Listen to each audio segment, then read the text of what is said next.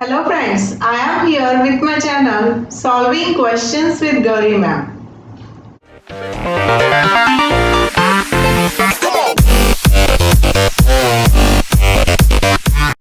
आज हम ले रहे हैं TIFR GS एग्जामिनेशन से एक क्वेश्चन.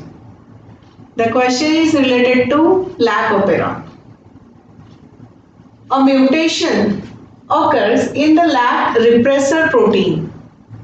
lac repressor में म्यूटेशन है such that it can no longer bind to lactose. इस म्यूटेशन की वजह से वो लैक्टोज को बाइंड नहीं हो पा रहा है.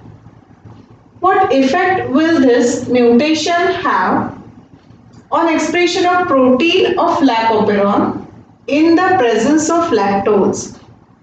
अब पूछा गया है कि लैक्टोज प्रेजेंट है फिर भी इस म्यूटेशन का लैक ओपेरॉन पर क्या इफेक्ट होगा.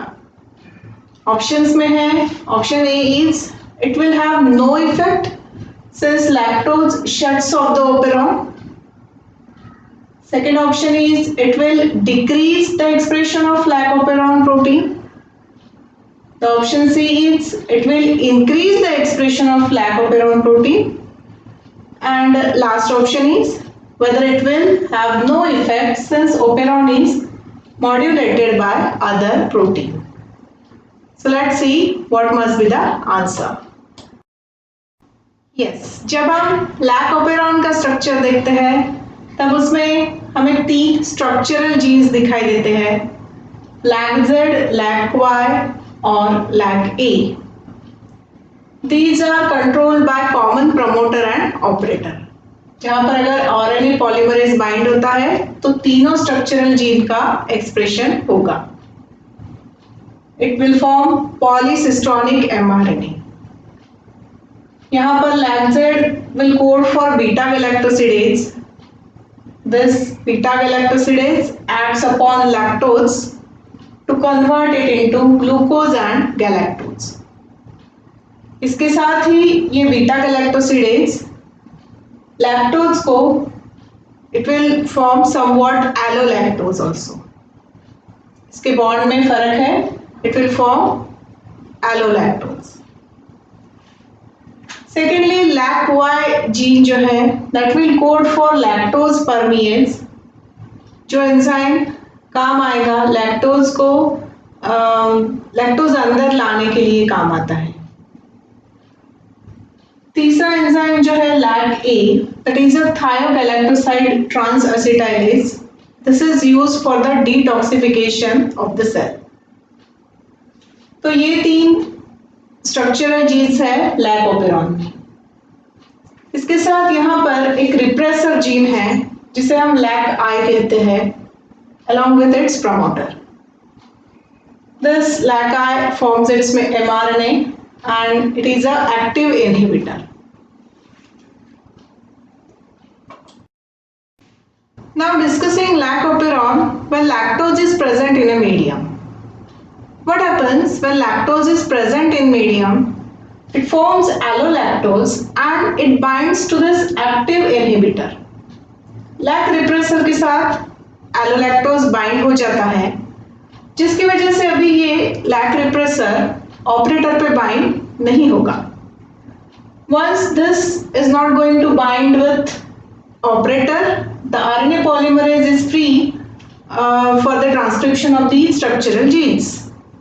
और ये लैक ओपेरॉन ऑन रहेगा. लैक्टोज प्रेजेंट है तो लैक ओपेरॉन ऑन ही होना चाहिए.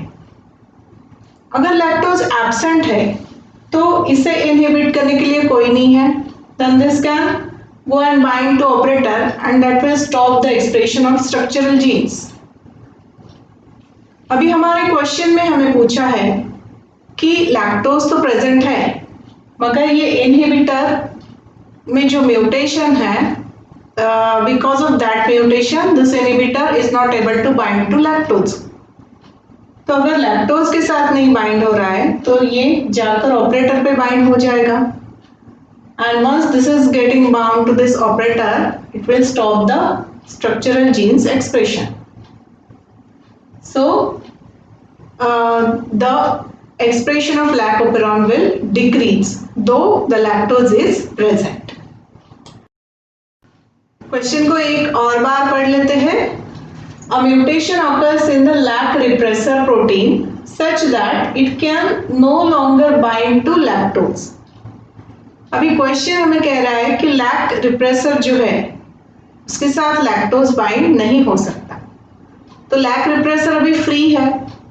जब वो फ्री है then it will go and bind to operator. अभी जब लैक रिप्रेसर ऑपरेटर पर बाइंड हो रहा है तो that will not allow RNA polymerase to move, isn't it?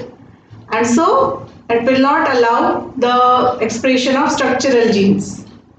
Hence यहाँ पर जो ऑप्शन बी होगा वो इसका आंसर होगा. So it will decrease the expression of lac operon protein. RNA polymerase को बाइंड होने नहीं देगा और that will decrease the structural genes expression. So option B is the correct answer for this question. Here I have concluded with today's video. I will be there with more videos having solved questions from TIFRGS examination. So keep watching my channel, and also I request you to please like, share and subscribe for my channel. Also to hit the bell icon. Thanks for watching.